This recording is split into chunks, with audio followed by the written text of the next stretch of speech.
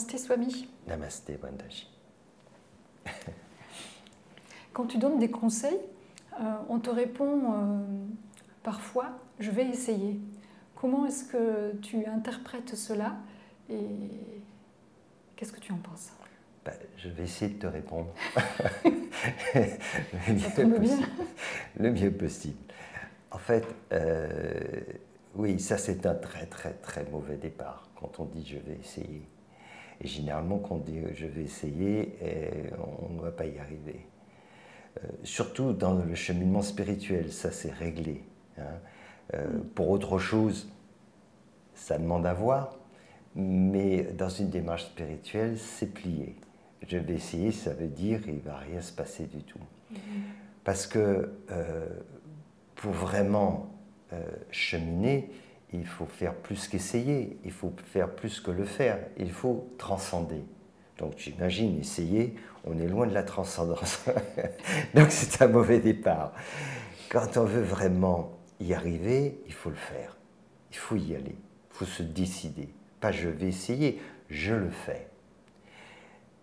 Quand on fait ainsi, alors effectivement c'est un état d'esprit parce qu'on ne sait pas toujours comment on va le faire.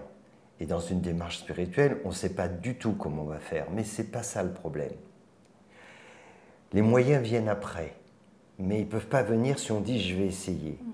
Ce qui va déclencher, c'est notre détermination. Ce n'est pas une détermination qui est liée à l'ego, moi je, c'est le fait de sentir que c'est ce que nous devons le faire. On doit le faire. Si on doit le faire, alors il faut se dire « je vais le faire ». Surtout quand on ne sait pas comment, parce que c'est facile de dire « je vais le faire » quand on sait. Si tu as, je sais pas, t'as 50 € dans ta poche et quand te demande voilà 20 €, tu peux toujours dire oui, je vais te les donner parce que tu sais que tu les as. Mais si tu n'as pas cet argent, mais que tu sais que tu dois le faire, alors tu peux t'engager en disant je vais te les donner et tu l'auras cet argent. Et tu auras même bien plus que cela. C'est comme ça que les choses se passent. C'est pas que tu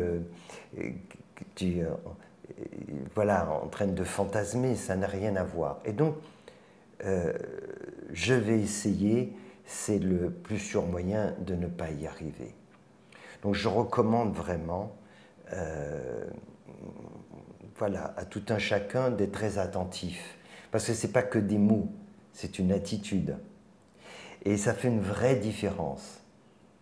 Dans la manière de fonctionner, pour beaucoup de personnes, on prend des précautions. On dit, OK, on va voir. Donc, quand aussi, dans ce cheminement spirituel, tu dis, on va voir, tu ne verras rien du tout. Et tu dis, tu vas essayer, c'est pareil.